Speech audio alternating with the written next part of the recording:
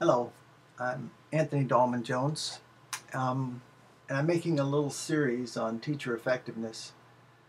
I've been in the education field since I was 5 years old, in one capacity or another for every year of my life. Teacher, administrator, professor, adjunct, um, consultant. Did I say student? Yeah. So it's coming up on 65 years, 6.5 decades. So whether that qualifies me as a slow learner or as somebody who probably knows what he's talking about, I'll let you be the judge. A lot of talk going on right now in terms of educational reform about coming down on higher education, and maybe it's not doing the job it should be doing to get teachers ready because students don't seem to be doing very well, and the teachers in the field don't seem to be doing very well. So the college professors and their teacher ed programs must not be doing very well. And so when we find out everybody's not doing very well, I wonder who we're going to go to next. Maybe the legislators. Maybe our parents, who made us into little professors, who grew up into big professors. It's getting silly. I made a little video called Teachers I Have Known.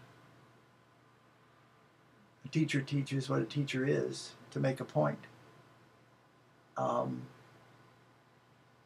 lot is going on in education that is not expressed openly.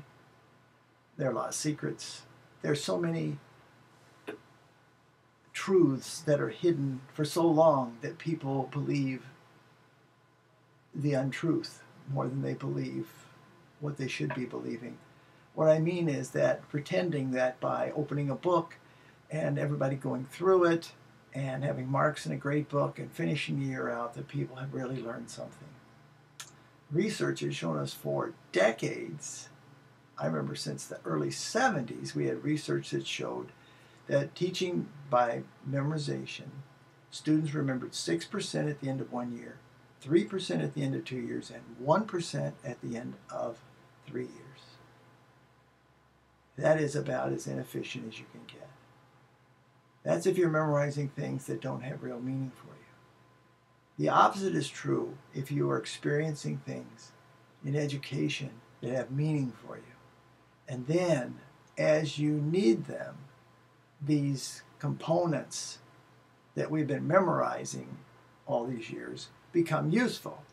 So you don't have to memorize formulas, you use them, and they become second nature, such as figuring out how to compute the area of a room in square feet or meters or whatever, how to spell correctly, how to sentence structure, how to speak correctly, how to choose your primary colors, and so forth and so on come about naturally. It's been a big secret, right out the 600-pound, 3-ton, or whatever elephant out in the middle of the living room, that so much is going on that really is useless, or at the very least inefficient, but we just keep doing it. And that's enough to drive even the education experts crazy, is why do we know things aren't very effective and we keep doing them anyway? Therein lies an excellent question that probably we could take a whole conference and discuss. Unfortunately, it'd be very deep, it'd be very psychological, it would be very confusing, and we might learn something at the same time. So, if a teacher teaches what a teacher is, what does that tell us? Well, it tells us some things that we shouldn't worry about so much, and that is by getting anal in schools about lesson plans and about sentence or course structure, scope and sequence, is what may not be worth a hill of beans compared to who a teacher is. That maybe the truth is that if we choose healthy teachers who care about kids and can focus on them and have a brain in their heads in order to discern what children need and then to base instruction on that need, that this would happen at the beginning of the year. Here's something we do, another one of those things we do that's really seems sane. because we've been doing it for so long. How many of you had this experience where on the opening day of class there's a stack of books in the math room for you and our math area, and you get your book assigned. The teacher writes your name down, and then it's book number 116 on the inside, and that's your number. And when you hand it in the year, better not have marks in it, et cetera, et cetera. And you're so happy to have a brand new math book. Some of the kids got used ones, and you got a brand new one. You get your readers assigned, you get your science books and so forth. It's a very exciting day because they're yours. People don't realize it's not because you're going to learn. You're excited about learning all this stuff. You're excited because it's something that's yours. That's a big deal to kids. It's a huge deal. This is mine. Because so many things aren't kids. It's not their house. It's not their family car. Even their room is not their room. They're just there, renting it until they grow up to have it. So that's why kids get excited about the books, because they're theirs. And we forget that piece about human psychology. So anyway, the assumption is that by spending the first day handing out books and going over the rules, that we really are getting set, for a great year. And the truth is, how in the world can you hand out books to kids and you don't even know if they can read them? You don't even know if they're ready for them. You don't know if maybe this is something they knew 2 years ago. We shouldn't be handing out books the first day of school. We should be spending time getting to know the children. It's that easy. You see, it doesn't take a lot of extra funding or program development or in-service for teachers or federal grants. We spend time getting to know the children.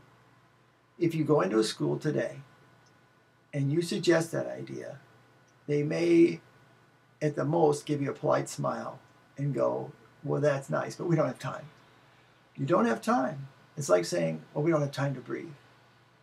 And indeed, schools are very, very, very busy. If you go into a kindergarten room, there's no time for naps. They're cutting out recess because they run around. They got workbooks and they put them back, and they got to put this and they get that. It's time to get the coloring book, have fun. Okay, got to do some art. Now we got to go to music, and you got the remedial reading teacher taking 6 kids out in the hallway. I'm serious. I go into schools. I hang out. I see these things. And not only that, but I teach teachers who tell me everything, because I'm an online instructor through the DIAL program. That's Marian University in Wisconsin, the DIAL program. Look it up, soe.marianuniversity.edu, DIAL. It's an all online program.